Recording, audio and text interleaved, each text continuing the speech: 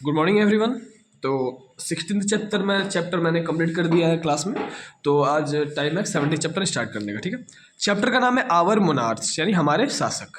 देखो, ये monarch word जो है ना, वो मोनार्ची से जुड़ा हुआ है। अब मोनार्ची क्या होता है वो समझना पड़ेगा। देखो, पूरी दुनिया में 3 तरह का शासन किया जाता है। पहला होता है डेमोक्रेसी, दूसरा होता है मोनार्ची, तीसरा होता है डिक्टेटरशिप। ठीक है, तो डेमोक्रेसी में क्या होता है कि वोटिंग करके जो हमारा लीडर जो होता है वो चुना जाता है। जैसे कि हमारे यहाँ है, हम मान लो कोई भी अगर चुनाव होता है चीफ मिनिस्टर का या फिर प्राइम मिनिस्टर का, तो हम लोग अपना वोटिंग करते हैं ना, और फिर वो लोग अपना देश चलाते हैं। ठीक, और ये डेमोक्रेसी हो गया। ठीक है, जहाँ पे जनता की सरकार होती है। ठीक है, एक तरह से हम लोग अपना वोट देके अपना लीडर चुनते हैं। ठीक है, दूसरा होता है हमारा मोनार्ची, जिससे रिलेटेड हमें ये पढ़ना है चैप्टर। ठीक ना, तो मोनार्ची क्या होता है कि जहाँ पे राजा और रानी शासन करते हैं, राजा या फिर रानी। ठीक ना, फिर उनके मरने के बाद उनका बेटा, उनके मरने के बाद उनका बेटा, ऐसे ही ये चलता रहता है। ऐसा जो शासन होता है उसको मोनार्ची कहा जाता है। तीसरा हमारा आता है डिक्टेटरशिप। ठीक है, तो डिक्टेटरशिप क्या होता है, जहाँ पे कोई तानाशाह हो। ठीक है, हिटलर का नाम तुमने कभी सुना होगा।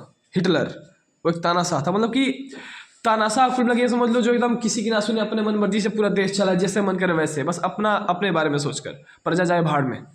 ठीक ना, तो हमें मोनार्ची के बारे में पढ़ना है। इसमें राजा रानी, मोनार्ची मतलब होता है कि राजा रानी जहाँ होते हैं। तो हमें आवर मोनार्च, यहाँ चैप्टर का नाम लिखा हुआ है आवर मोनार्च, मतलब हमारे शासक। तो पहला हेडिंग दिया है मोनार्च, पढ़ते हैं। The supreme ruler of a country such as king और queen is called a monarch. अब देखो, सुप्रीम लीडर कहने का मतलब है जो एक किसी देश का जो एक मुख्य जो शासक होता है। ठीक ना, एक जो मुख्य शासक होता है उसे हम, जैसे कि राजा या रानी, उसे हम मोनार्च कहते हैं। मोनार्च का शुद्ध हिंदी ऐसे मतलब बोल सकते हो कि मोनार्च मतलब शासक।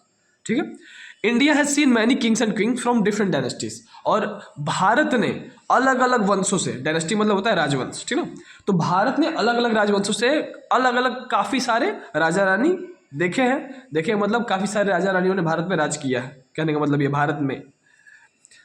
10 popular great kings and queens of India are being discussed in this chapter. और इसमें भारत के 10 मुख्य राजा और रानियों के बारे में हमको इस चैप्टर में पढ़ना है। ठीक है, तो सबसे पहले हमको पढ़ना है चंद्रगुप्त मौर्य के बारे में।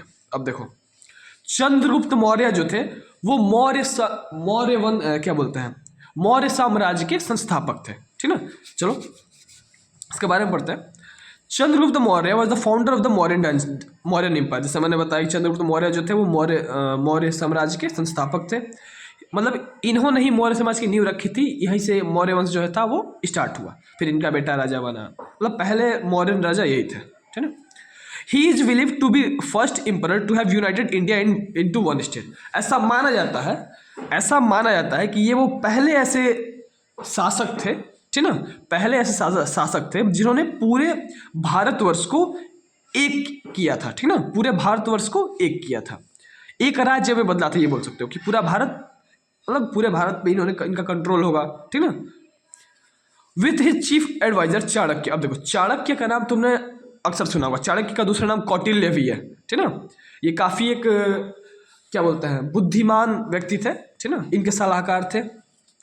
तो with his chief adviser Chanakya he build a strong administration and economy. अब अपने सलाहकार चाणक्य के साथ मिलकर इन्होंने एक बहुत ही मजबूत प्रशासन और अर्थव्यवस्था बनाई। He is known to have conquered Alexander the great's easternmost provinces. और इन ऐसा ऐसा माना जाता है कि उन्होंने अलेक्जेंडर मतलब होता है सिकंदर। ठीक ना, सिकंदर, तो ऐसा कहा सुना होगा तुमने कि सिकंदर ने आधी दुनिया जीत ली थी। ठीक ना, तो वही ये बता रहा है कि इन्होंने चंद्रगुप्त मौर्य ने सिकंदर के जीता हुआ जो उसका सबसे पूर्वी हिस्सा था उसके राज्यों का, उसको इन्होंने पूरा जीत रखा था। ठीक है, अब अगला हमें पढ़ना है अकबर। अब देखो भाई, इसके बारे में तो सब लोग जानते ही होंगे, अकबर के बारे में। ठीक, तो अकबर देखो भारत में पहला आया था बाबर का बेटा हुमायूं का बेटा था अकबर। अब इसके बाद आगे भी चलता रहा। ठीक ना, जहांगीर था, उसके बाद शाहजहां था, फिर औरंगजेब बना, उसके बाद बहादुर शाह जफर वगैरह सब बने थे, कई गो थे।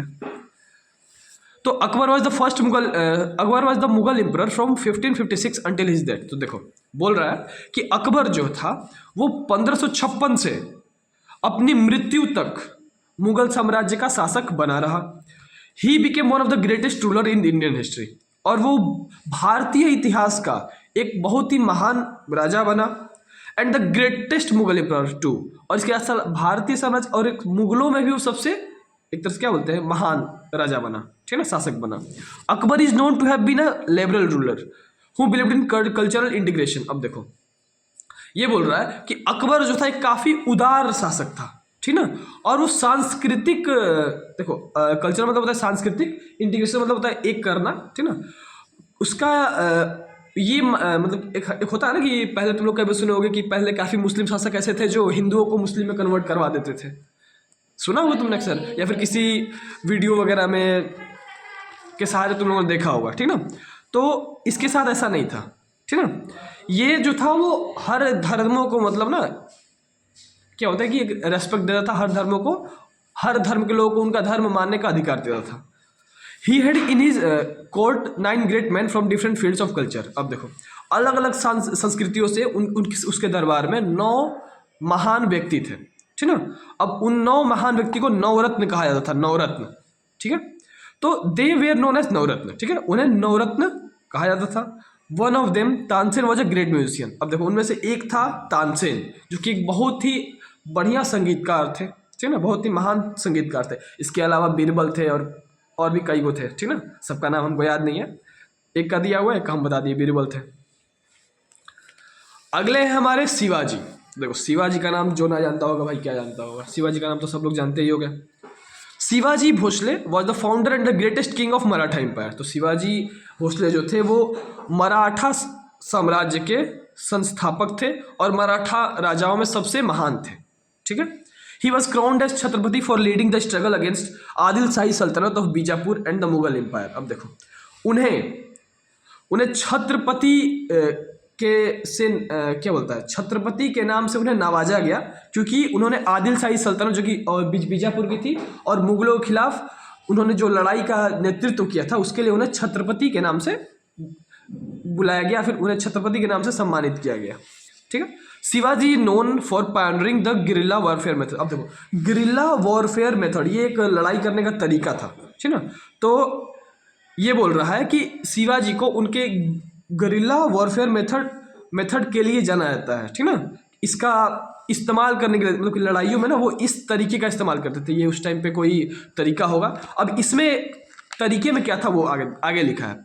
This method use geography speed and surprise for attacks against more powerful and large enemies. अब देखो इसमें ये बोल रहा है कि मान लो अब देखो मुगल साम्राज्य काफ़ी बड़ा था तो उनका सेना भी बड़ा होगा और इनके पास इतना सेना नहीं था, तो इन्होंने जो तरीका अपना था वो ये था कि भूगोल, गति और सरप्राइज फॉर अटैक्स मतलब अचानक हमला करना, ठीक ना।